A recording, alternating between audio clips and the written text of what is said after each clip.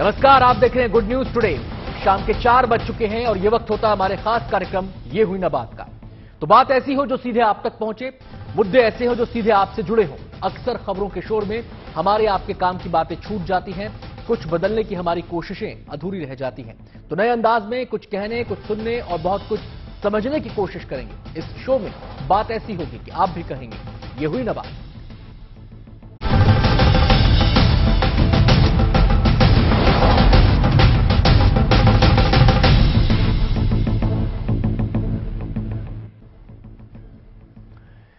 देश का एक बड़ा हिस्सा चिलचिलाती गर्मी की चपेट में है। मौसम विभाग की माने तो आने वाले दिनों में लू के थपेड़े और सताएंगे। लू भारत में रहने वाले एक बड़े तबके के लिए खतरा बनती जा रही है, जिसमें राजधानी दिल्ली भी शामिल है। विदेश में हुई एक स्टडी में यह बात सामने आई है। गर्मी का लगातार बढ़ता दायरा हमारी चुनौतियों को भी बढ़ा रहा है। पर्यावरण से लेकर खाद्य सुरक्षा और हमारी सेहत भी इससे प्रभावित होती है। तो आज गर्मी की बहुआयामी चुनौतियों पर बात करेंगे। प्रचंड गर्मी से बचने के ठंडे ठंडे उपाय भी जानेंगे। खास मेहमानों का पूरा पैनल हमारे साथ मौजूद है, उनसे चर्चा को आगे बढ़ाएंगे। लेकिन चर्चा की शुरुआत करें उससे पहले ये रिपोर्ट देख लेते हैं।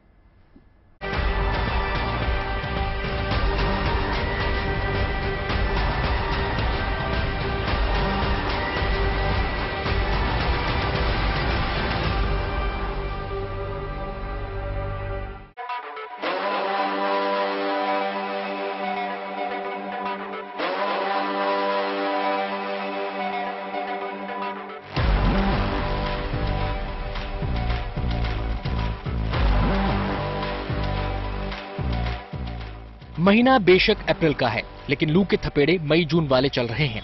यानी जिस भीषण गर्मी का सामना अगले महीने होना था, उसका ट्रेलर अप्रैल ने ही अभी से दिखा दिया है।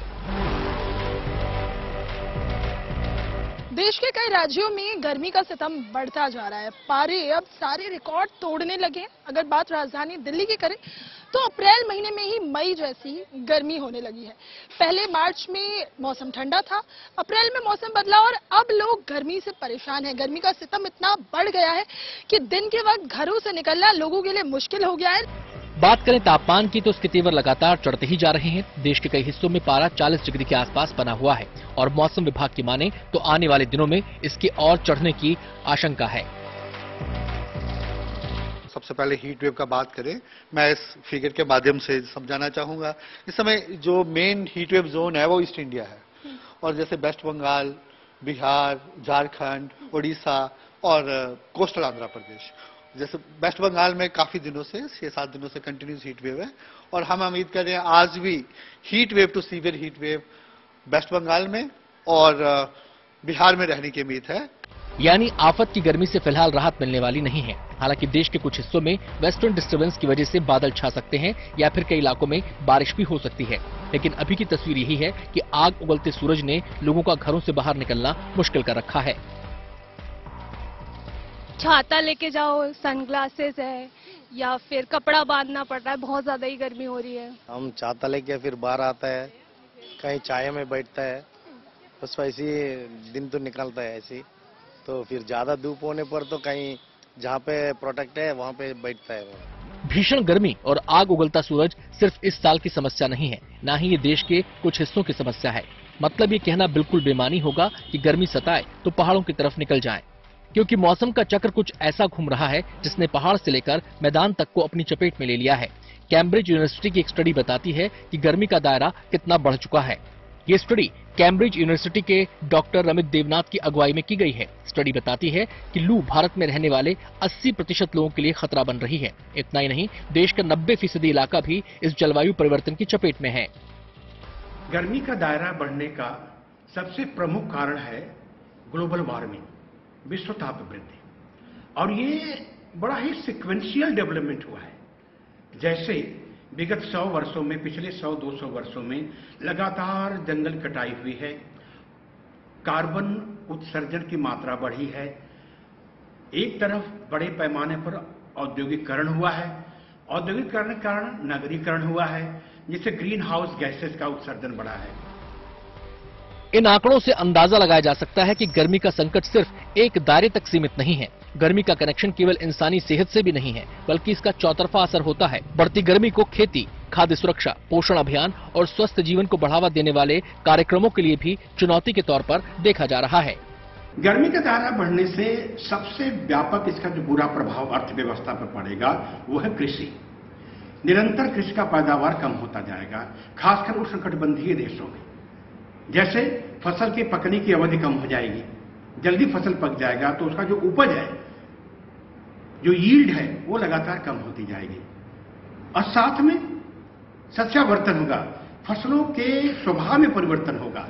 मौसम का पर्यावरण के साथ साथ हमारी सेहत से सीधा कनेक्शन है, क्योंकि तापमान में आया बदलाव कई बीमारियों की वजह बनता है। जैसे अब गर्मी का मौसम शुरू हो गया और अगले 2-3 महीने हम देखेंगे भयंकर गर्मी रहती है, तो इसकी वजह से एक्सेसिव पसीना आता है, शरीर का गर्म हो जाना, सुस्ती हो जाना, पानी की कमी शरीर में होने की वजह से जो है हमारा पेशाब कम हो जाना, खासकर बुजुर्गों में, छोटे बच्चों में सुस्ती हो जाना, ये सब लक्षण है कि हीट स्ट्रोक है। बॉडी टेम्परेचर बढ़ जाना, तो ये सारे लक्षण हमें सजेस्ट करते हैं। गर्मी के कारण वैसे तो स्वास्थ्य संबंधी कई दिक्कतें देखने को मिलती हैं, लेकिन सबसे बड़ी चुनौती हीट स्ट्रोक से निपटना है। बचाव का सबसे बड़ा ये है कि हाइड्रेशन को हमेशा मेंटेन रखना चाहिए। हमेशा जो है आप पानी पीते रहें और बहुत ज्यादा समय तक एक्सपोजर न हो, क्योंकि एक्सपोजर अगर नहीं होगा हीट का ज्यादा समय तक तो आपको बचाया जा सकता है इजिली। फिर भी अगर एक्सपोजर हो जाता है तो इमीडिएट ट्रीटमेंट शुरू करना चाहिए। और ट्रीटमेंट में सबसे बड़ा है अगेन हाइड्रेशन को मेंटेन करना। अगर डिहाइड्रेशन हो गया, ये दूसरा जो है बॉडी टेम्परेचर को कूल जितनी जल्दी कर सकते हैं। जलवायु परिवर्तन की वजह से मौसम के चक्र में बदलाव देखने को मिल रहे हैं, तभी तो मैदान जलाने वाली गर्मी से झुलस रहे हैं। बेमौसम बरसात और बर्फबारी को भी इसी से जोड़कर देखा जा रहा है। ऐसे में जानना बेहद जरूरी है कि कुदरत के इस बिगड़ते बैलेंस की आखिर वजह क्या है और कैसे हम इंसान इसको दुरुस्त कर सकते हैं। दिल्ली से नीतू झा के साथ bureau report, good news today. तो गर्मी का लगातार बढ़ता दायरा चिंता भी है और चुनौती भी, और ऐसी चिंता, ऐसी चुनौती है जो बहुआयामी है। इसका दायरा इतना बड़ा है कि इसके अलग अलग दिशा में सिरे जाते हैं। एक सिरा पर्यावरण तक जाता है, पर्यावरण को नुकसान, दूसरा सिरा जाता है हमारी सेहत तक, यानी हमारी सेहत पर भी इसका इफेक्ट पड़ रहा है, और खाद्य सुरक्षा एक बड़ा मसला बनकर बढ़ती गर्मी के साथ उभरकर सामने आ रहा है। तमाम मेहमानों से हम चर्चा की शुरुआत अब करने जा रहे हैं। सबसे पहले मेहमानों से परिचय आपका करवा दें। आनंद आर्य हमारे साथ मौजूद है, जो कि पर्यावरणविद हैं। इसके अलावा doctor Swati Maheshwari, senior physician, हमारे साथ मौजूद हैं। डॉक्टर प्रताप चौहान, डायरेक्टर हैं जीवा आयुर्वेद के, और हमारे साथ अभियंत तिवारी मौजूद रहेंगे, जो कि हेल्थ एंड हीट एक्सपर्ट हैं। सभी मेहमानों का बहुत बहुत स्वागत है। सबसे पहले हम आनंद आर्य जी का रुख करना चाहेंगे। आनंद जी, स्टडी बता रही है कि हीट का जो दायरा है भारत में लगातार बढ़ रहा है। 80% जनता इसके दायरे में आ चुकी है, 90% इलाका इसके दायरे में आ चुका है। कितना बड़ा चैलेंज ये पर्यावरण के नजरिए से है?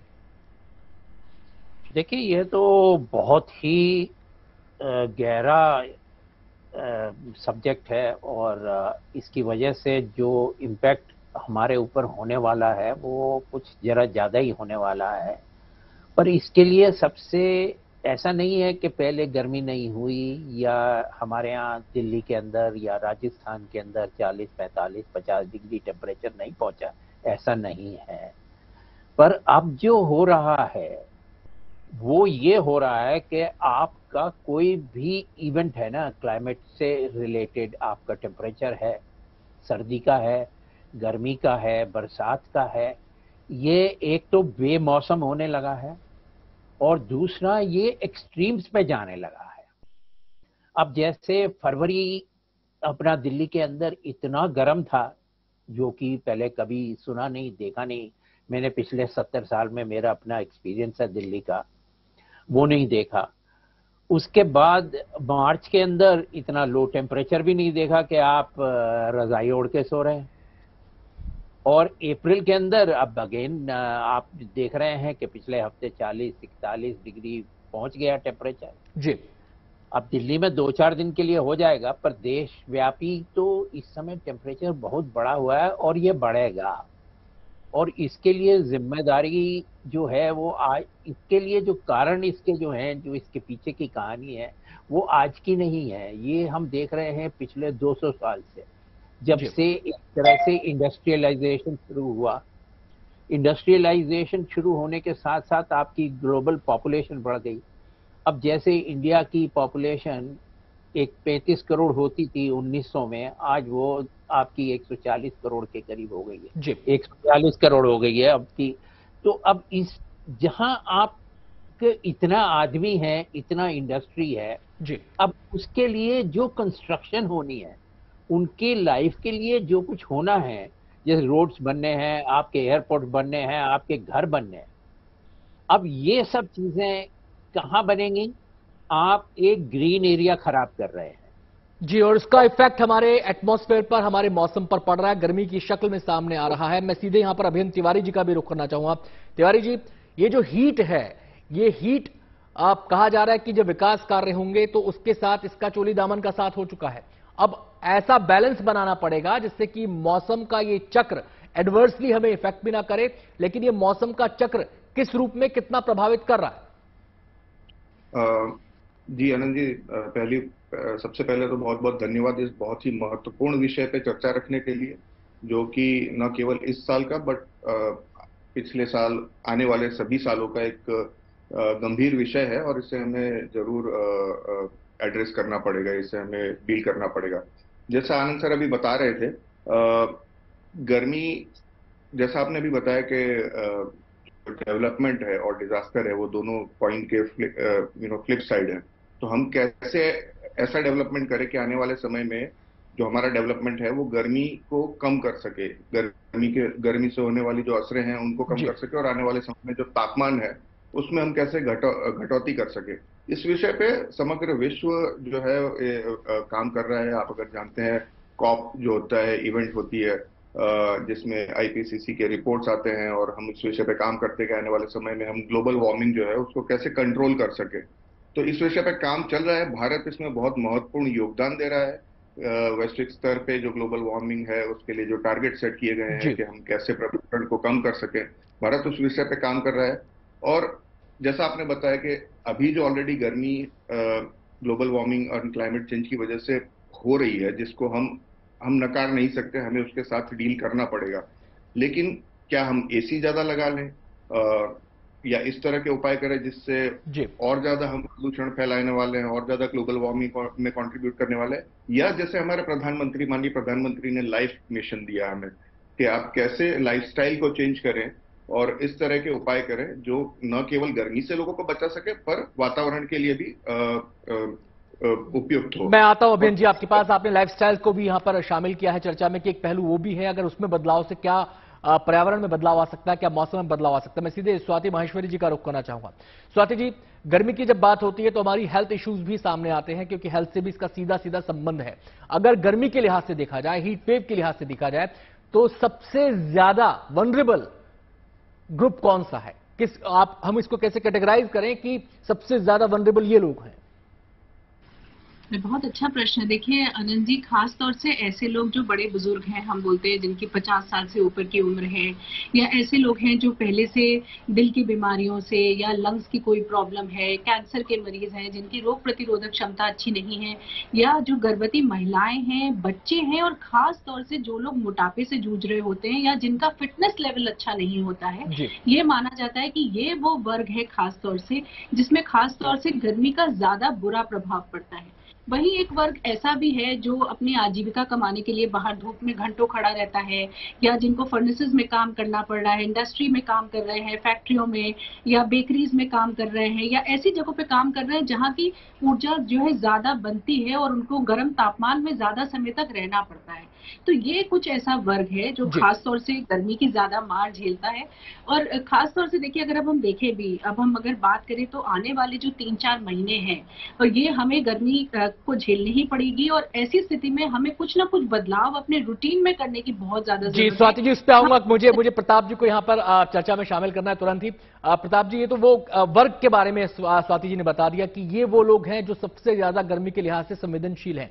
अब मसला यह आता है कि गर्मी हमारी सेहत को किस रूप में इफेक्ट करती है, किन लोगों को इफेक्ट करती है हमने जाना, लेकिन किस रूप में इफेक्ट करती है, कौन कौन सी वो दिक्कतें हैं शारीरिक जो गर्मी के इस मौसम में पेश आ सकती हैं?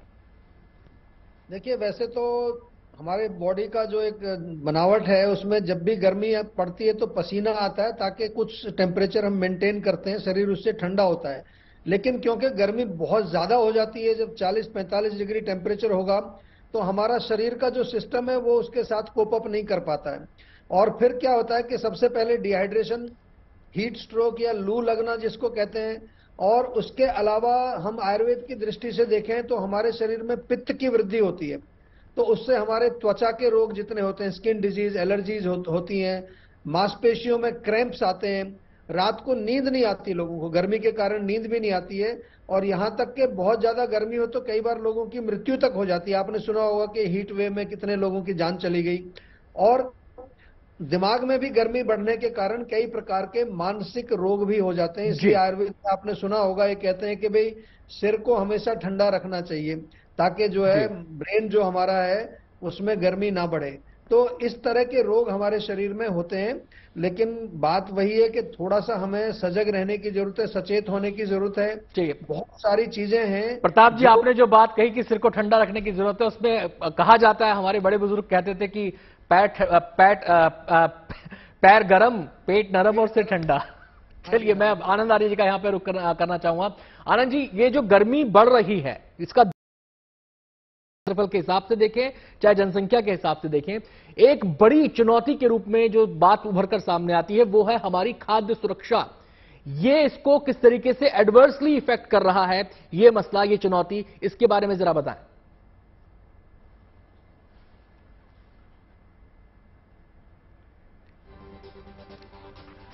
आनंद जी, आपने अपना ऑडियो म्यूट कर रखा है क्या? आपकी आवाज हम तक नहीं आ रही है।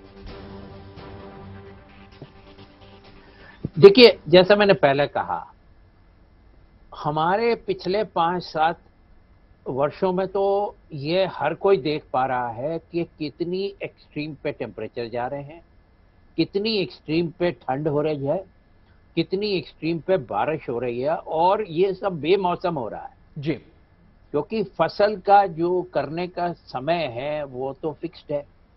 जैसे आपकी बुआई का टाइम फिक्स है, आपकी कटाई का टाइम फिक्स है, और अभी जैसे कि खबर आ रही है, ये जो मार्च में वर्षा हुई, बेमौसम की बरसात हुई, इतनी बरसात हुई कि आपकी 15 से 20% फसलें आपकी खराब हो गई हैं।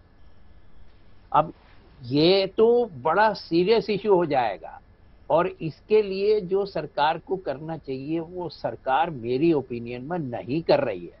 बोलती तो बहुत है, there is a lot of lip service, पर ग्राउंड रियलिटी पे उनको कोई फर्क नहीं पड़ता कि पेड़ काटते हैं, उनको कोई फर्क नहीं पड़ता कि एग्रीकल्चर लैंड के अंदर आप वहां पे रिहायशी एरियाज बना दें, आप वेटलैंड्स खराब कर दें। मैं वेटलैंड्स पे मैंने इतना काम किया और मैं आपको बता सकता हूं कि 7,57,060 वेटलैंड्स में से सिर्फ 2 को प्रोटेक्शन दिया गया है, सिर्फ 2 को प्रोटेक्शन दिया गया है, क्योंकि रामसर साइट्स नहीं है, जो कि प्रोटेक्टेड एरिया बर्ड सेंचुरीज या टाइगर रिजर्व्स वगैरह ऑलरेडी थे, उन्हीं को वही वेटलैंड उन्होंने नोटिफाई करी हैं। अदर देन दैट सिर्फ 2 करी हैं।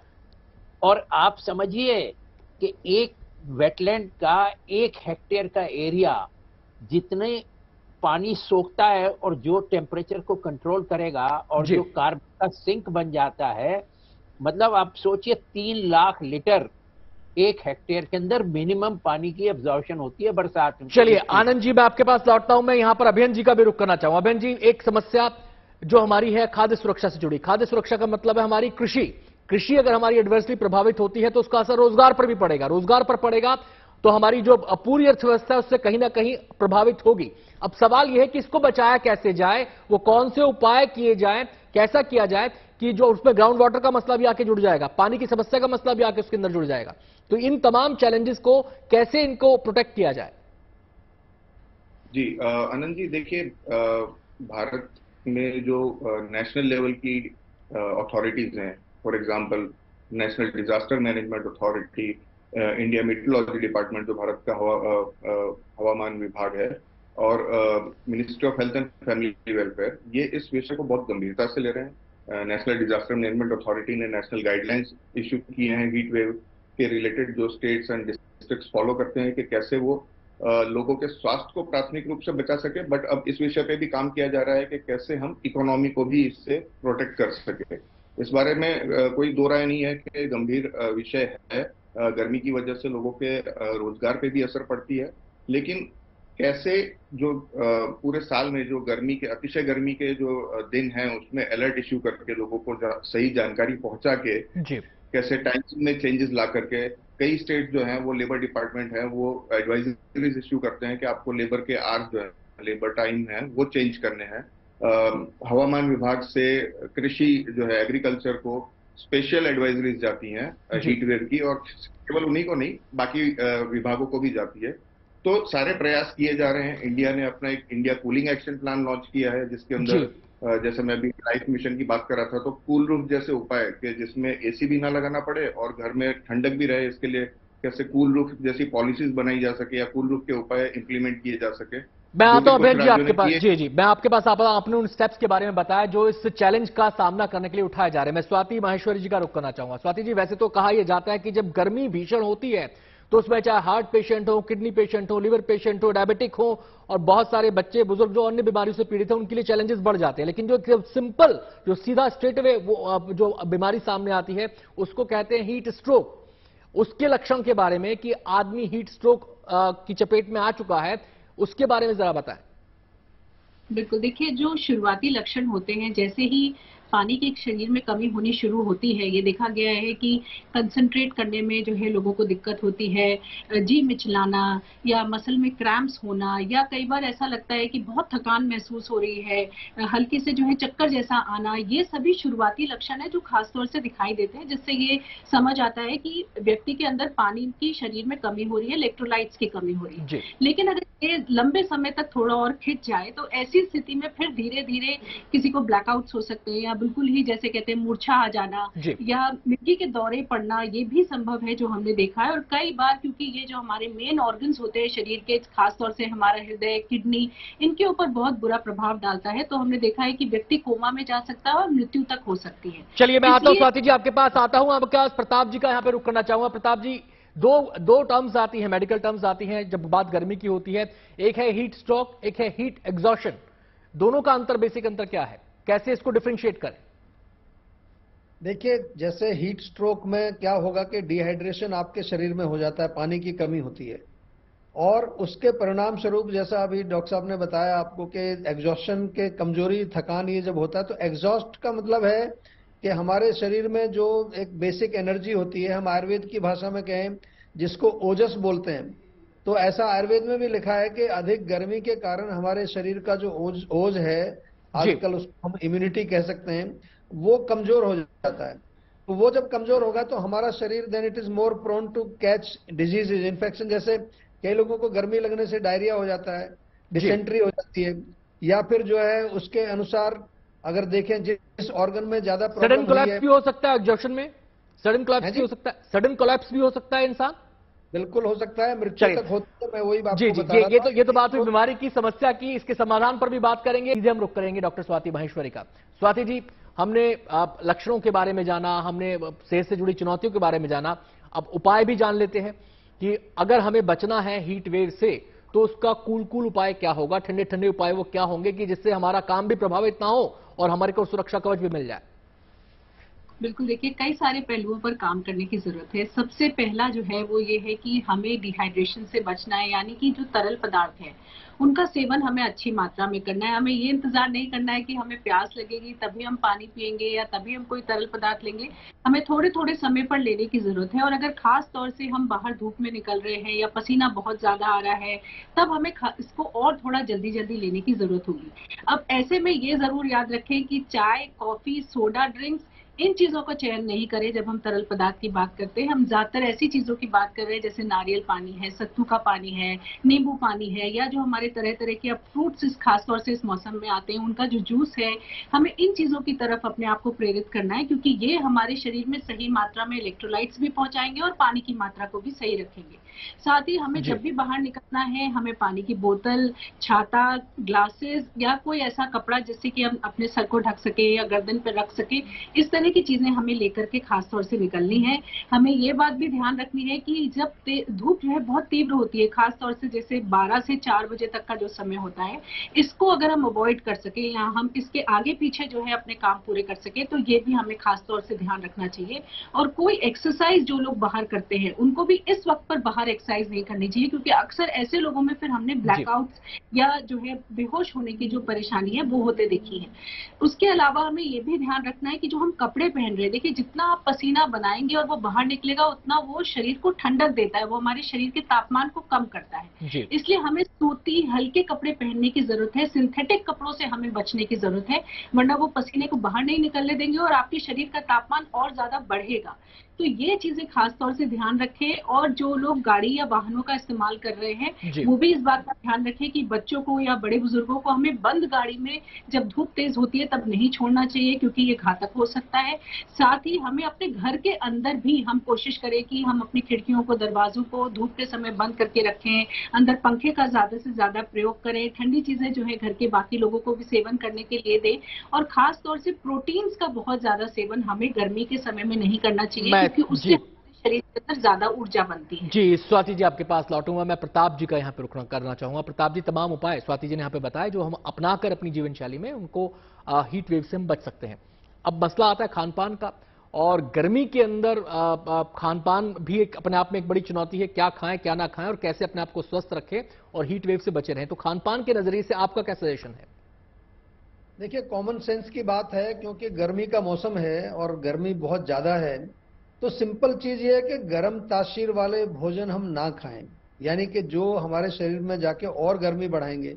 लेकिन हमारे आयुर्वेद में एक बड़ा अच्छा शब्द आता है कि हम लोग बुद्धि का दुरुपयोग करते हैं, बुद्धि का सदुपयोग नहीं करते, प्रज्ञापराध करते हैं। आपने देखा होगा 40-45 डिग्री में भी लोग कहते हैं भाई अदरक डाल के चाय बनाओ, इसका कोई मीनिंग नहीं है। तो हमारा कहने का मतलब यही है कि बहुत अच्छी ऋतुचर्या, ये मतलब सीजनल रेजिमेन हमारे यहाँ लिखा हुआ है। कूलिंग जितने भी चीजें हैं, तरबूज है, खरबूजा है, नारियल पानी है, सत्तू है, उसके साथ आम का पन्ना है, या कितनी चीजें हैं, शरबत आजकल कितने प्रकार के शरबत, गुलाब का, खस का, केवड़े का, इनका सेवन करना चाहिए। छाछ का सेवन करना चाहिए। बहुत इंपॉर्टेंट चीज यहाँ ध्यान रखने वाली बात है कि क्या नहीं करना चाहिए। तो मिर्च, मसाला, तीखी चीजें, बहुत ज्यादा फ्राइड चीजें। देखिए लोग क्या है, अल्कोहल का सेवन करते हैं। कई लोग तो अल्कोहल में बर्फ डाल करके सोचते हैं कि ये ठंडक देगी अंदर जाके। कुछ लोग कॉफी में बर्फ डालते हैं, कोल्ड कॉफी कहते हैं उसको। ये बिल्कुल ही हम बुद्धि का प्रयोग नहीं करते हैं ठीक से। सिंपल फॉर्मूला यही है कि जो हमारे शरीर में कूलिंग दे, और बहुत सारी चीजें, इवन हमारा जो जहां काम करने की जगह है, जो रहने का कमरा है, उसमें भी ध्यान रखना है। कपड़ों की बात भी यहाँ पर की।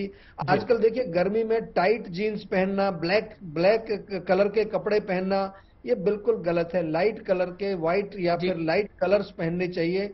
सूती कपड़े आजकल खान पान में प्रताप जी जंक फूड, फास्ट फूड भी एक हिस्सा हो गया है। खासकर जो युवा हैं, बच्चे हैं, वो उसके तरफ बड़े आकर्षित रहते हैं। अवॉइड ही करना चाहिए, मुझे लगता है अवॉइड ही करना चाहिए।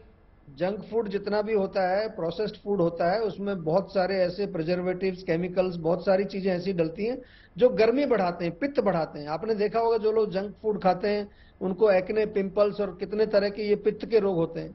तो हमारे यहाँ पर अभी आज देखें तो आज हम ये मिलेट का साल मना रहे हैं। अभी मिलेट का जो है पास्ता भी मिलता है, मिलेट के नूडल्स मिलते हैं, बहुत सारी अच्छी चीजें हेल्दी मिलती है। लेकिन मेरा एक ही आप सभी से निवेदन है, दर्शकों से, कि गर्मी के मौसम में गरम मसाला प्रयोग ना करें, मिर्च मसाला ना डालें, जीरा, धनिया, सौंफ, ऐसी चीजों का प्रयोग करें। कोई बहुत बड़ी चीज नहीं है। बाहर जब जाएं तो सिर को कवर रखें, थोड़ा सा कोशिश करें कि पानी की बोतल अपने साथ रखें, थोड़ा थोड़ा पानी पीते रहें।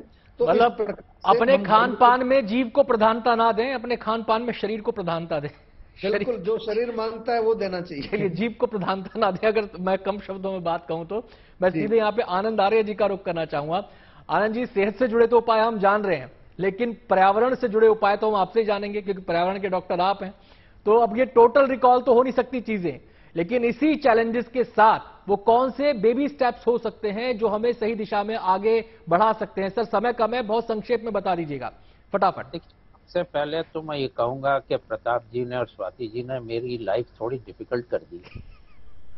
क्योंकि मैं इस समय भी काले कपड़े पहने हुए हूँ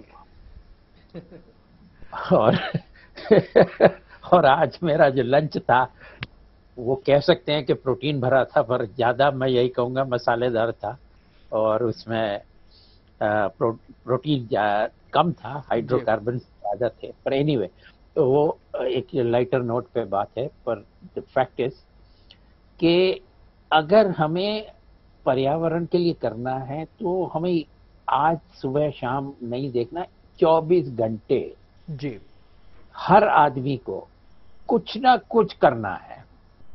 जैसे घर के अंदर जैसे हम लोगों के हैं, हम लोग क्या कर सकते हैं?